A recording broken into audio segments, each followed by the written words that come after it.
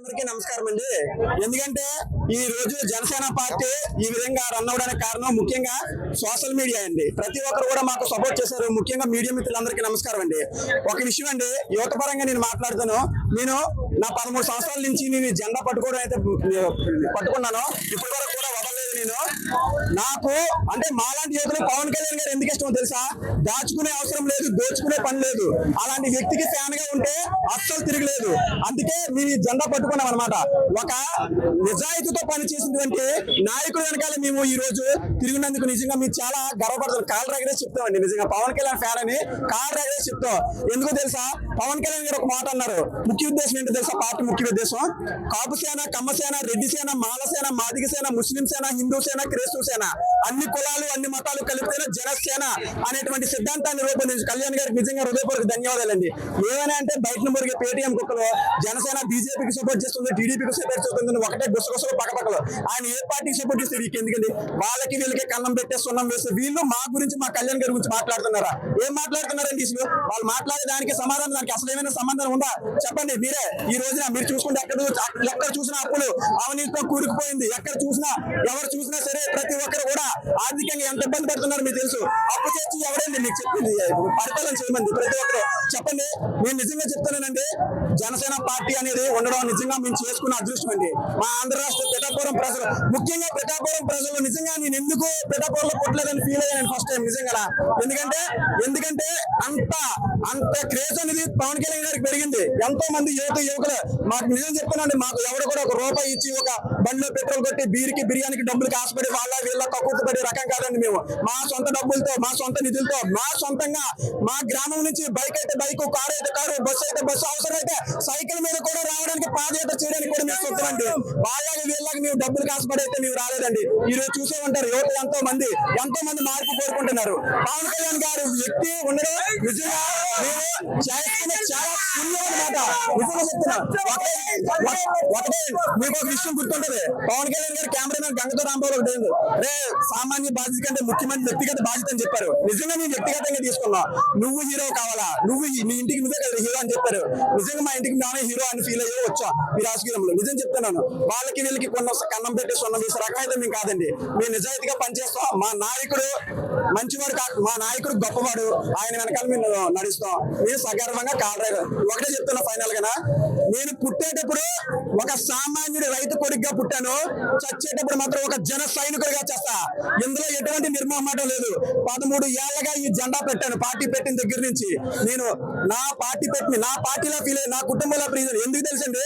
ప్రతి ఒక్కరు కూడా 10 కోరేసుకుని ఎక్కడ ఏ కష్టం వస్తే ప్రతి ఒక్కరికి కూడా ఒక అనారోగ్యం వచ్చినా సరే, ఎవరికైనా సరే మరణించినా సరే 50,000 లక్ష రూపాయలు అయితే లక్ష రూపాయలు ఎవరైనా ఇస్తారు సొంత డబ్బులు పెట్టుకొని చెప్పండి మీరే. అందుకే ఈ పార్టీ అనేది మేము నిజంగా ఒక పవన్ కళ్యాణ్ గారిని దేవుడిగా పోల్చుకుంటున్నామండి. పవన్ కళ్యాణ్ గారి దేవుడు, మేము ఆయనకు భక్తులు అనమాట. ఆయన కింద మేము అలాగే పనిచేస్తాం.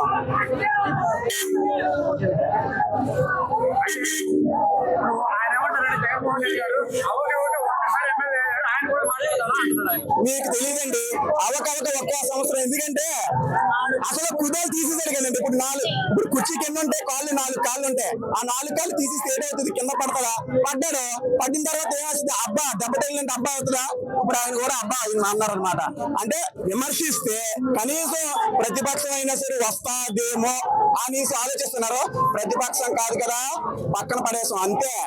విలువ అనేది మనుషులకి కొంతవరకు ఇస్తారు ఎవరైనా సరే. విలువ అనేది ఎవరు కూడా ఇంకా విలువ అనేది లేదు వైసీపీ పార్టీకి.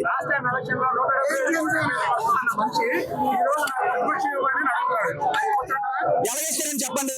ఏమనంటే 22 సీట్లు ఉన్నాయి మీకు అని చెప్పాడు. చంద్రబాబు నాయుడు ప్రతిపక్షంగా అడిగితే వానికే ఇస్తే సీట్లు, ఆ సీట్లు కూడా లాక్కుంటే 0కి పడిపోరా అన్నారు. ఇప్పుడు అందుకే పైన భగవంతుడు ఖచ్చితంగా ఉన్నాడండి. అందుకే దెబ్బ కొట్టాడు. మనం ఎప్పుడైనా సరే అత్యాశకి ముందుకు వెళ్తామో ప్రతి ఒక్క మనిషి గుర్తు పెట్టుకోవాలా. మనం నోరు ఒళ్ళు అదుపులో ఉంచుకోవాలి. ఎప్పుడైతే అధిక మేరకు మనం మన పియ్యనికి వచ్చినట్టు మనం ఇలాగ చేస్తామో ప్రతి ఒక్కరి సమాధానం అనేది చెప్తుందండి. ఇంకో విషయం మీరు అన్నారు 175 అని ఏమనంటే ఒకటే అంటారండి. 175 నియోజకవర్గం పోటీ చేసే దమ్ము ఉందా, సింగిల్ గా పోటీ చేసే దమ్ము ఉందా అని అంటారు. నిజంగా వాళ్ళకి దమ్మనే ఉంటే 175 నియోజకవర్గాల రోడ్లు వేసే దమ్ముందా, 175 నియోజకవర్గాల నిధులు ఇచ్చే దమ్ముందా? వాళ్ళకి వీళ్ళకి సొన్నం పెట్టే కారణం చేసే వీళ్ళు మా గారి గురించి మాట్లాడతారు. ఏం మాట్లాడుతున్నారండి వీళ్ళు? అసలు వాళ్ళకి అసలు సిపిఎస్ రద్దు అన్నారు, ఏం చేశారు? నిరుద్యోగ అభివృద్ధి అన్నారు, ఏం చేశారు? మద్యపాన నిషేధం అన్నారు, ఏది లేదు. ఏమైనా అంటే అలా పెడతారు, ఇలా చేస్తారు. ప్రజలకి ఇంకా ఉంటే జనసేన వచ్చి సూపర్ 6 చేయలేదు, లైట్ చేయలేదు, ఇది చేయలేదండి. 5 సంవత్సరాలు జగన్ గారిని చూశారు కదండి. సమయం అనేది ప్రతి దానికి కూడా సమయం అనేది ఉంటారు కదండి. ఇప్పుడు 5 సంవత్సరాలు టైం ఇచ్చారు వాళ్ళకి. ఈ 5 సంవత్సరాలు టైం ఇవ్వండి. ఈ ఒకటి అలా చేసుకుంటూ పిఠాపురం అనేది నిజంగా చెప్తానండి, ఈ రోజున నిజంగా చెప్తాను, మాది మాడుగుల నియోజకవర్గం, చీడికాడ మన దిబ్బపాలెం గ్రామం. అది ఈ రోజు పిఠాపురంలో ఎందుకు కొట్టలేదని ఫీల్ అవుతున్నాను నిజంగానండి. ఎందుకంటే నిజంగా జనాలందరికీ 2 చేతులు జోడిస్తున్నానండి. ఎందుకంటే ఆ గాజువాకులు అనవసరంగా ఓడిపించుకున్నా, అది అందరికీ తెలుసు. కానీ పిఠాపురం ప్రజలకి ఎంత ఇచ్చినా సరే నువ్వు వాళ్ళు ఏం చేయమని ప్రాణంలో సిద్ధపడ్డామని జనసైనికులు అయితే మాత్రం ప్రజలకి 2 చేతులు పెట్టి జోడిస్తున్నానండి. అంత మెజారిటీ అనేది ఇచ్చి ఈ రోజున ఈ స్థాయిలో నించున్నందుకు నిజంగా సూపర్ అండి. ఏంటంటే ప్రతి ఇంటికి ఈ రోజు నేను వెళ్ళానండి, ఒక ఇంట్లోకి దేవుడి ఫోటో, దేవుడి మొదలు పవన్ కళ్యాణ్ ఫోటో. ఏమమ్మా పవన్ కళ్యాణ్ మంచి నిలవండి అంటే, అమ్మా మనిషి దేవుడు ఎక్కడ ఉన్నాడమ్మా, మనిషి రూపంలో ఉంటాడు, మా కళ్యాణ్ గారే మాకు దేవుడు. ఎందుకంటే కష్టకాలంలో ఆదుకున్నాడు. కౌలు రైతులకి 10 కోట్ల రూపాయలు ఆ రోజున ఎవరో గవర్నమెంట్ లేకపోయినా సరే ఆదుకొని పేదల కష్టాలు తీర్చారు. అందుకనేసి మేము ఆయన దేవుడిగా కూర్చుంటాం. ఎప్పుడైనా సరే ఆపదలో ఆదుకునేవాడు దేవుడు అవుతాడా, లేదంటే ఎప్పుడో ఆపద వస్తుంది అప్పుడే ఇల్లు చేద్దాం అన్నట్టుగా దేవుడు వస్తాడు? చెప్పండి ఒకసారి. అందుకనేసి పవన్ కళ్యాణ్ గారు వ్యక్తి ఎటువంటి వాడో ఒక్కసారి మీరు ప్రశ్న వేయించుకోండి. ఆయన మీద ఒక కేసు గాని, లేదంటే అక్రమంగా రవాణాలు గాని, లేదంటే లిక్కర్ ఫ్యాక్టరీలు గాని, మందు బాటలు అమ్మడం గాని, లేదంటే గంజాయి గాని ఏమైనా ఉందా చెప్పండి? లేదా పొలిటికల్స్ కి ఆయన పొలిటికల్కి తేడా చెప్పండి మీరు ఒకసారి. అంటే ఏం కాదు, ఇక్కడ మన ఏపీలో ఏం చేసా, ఎవరైతే నిజాయితీగా పనిచేస్తాడో వాడిని తొక్కుదో, ఆడి మీద మనం ఎక్కుదో. అచ్చే ఇది మా బాబుల తరం కాదు, మా తాతల తరం అంతకన్నా కాదు, ఇది మా తరం, మా యువతరం, మా జనసేన అవతరం. అందుకే చెప్తాం, ఈ జనసేన అవతరం.